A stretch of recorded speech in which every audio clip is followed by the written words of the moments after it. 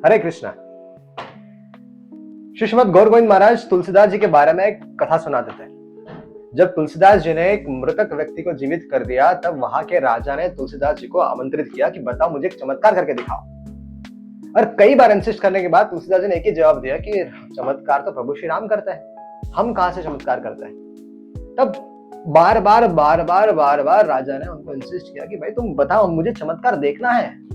तुलसीदास जी नम्रता के कारण हमेशा यही कहते थे कि प्रभु श्री राम ही चमत्कार करते हैं, हम तो उनके तुच्छ से सेवक हैं। जब ये बात राजा को खटक गई कि तुलसीदास जी उनका अपमान कर रहे भरी सभा में, तब राजा ने उनको आदेश दिया कि इसको बंदी बना देना चाहिए।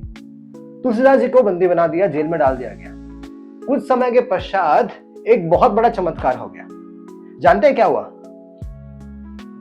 हनुमान जी ने हजारों लाखों वानरों की सेना सहित उस राज्य पर आक्रमण कर दिया। उस राज्य के समस्त जो वैभव था उसको तहस नहस कर दिया। और अंत में हनुमान जी उस राजा के पास गए और कहा कि बेवकूफ, मैं खुद आया हूं तुलसीदास जी को बचाने के लिए, अब इससे बड़ा चमत्कार तू क्या देखना चाहता है?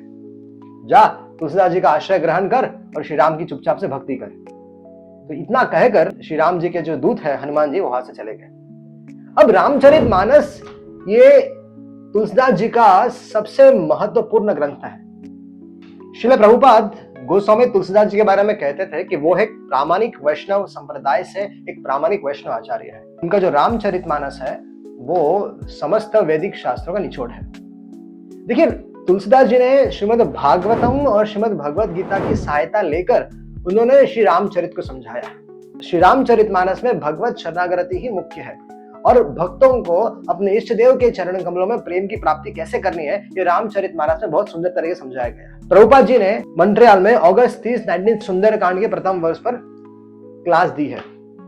अब इसी से हम समझ सकते हैं कि रामचरितमानस भक्तों के लिए कितना महत्वपूर्ण है। रामचरितमानस का कोर्स वेदवार्सिटी पे आ चुका है, तो कृपया करके इस डिस्क्रिप्शन में दिए लिंक पर जाइए और आज ही रजिस्टर कीजिए, क्योंकि ये कोर्स आपके जीवन में बहुत ज्यादा परिवर्तन लाने वाला है। तो बहुत बहुत धन्यवाद। हरे कृष्ण।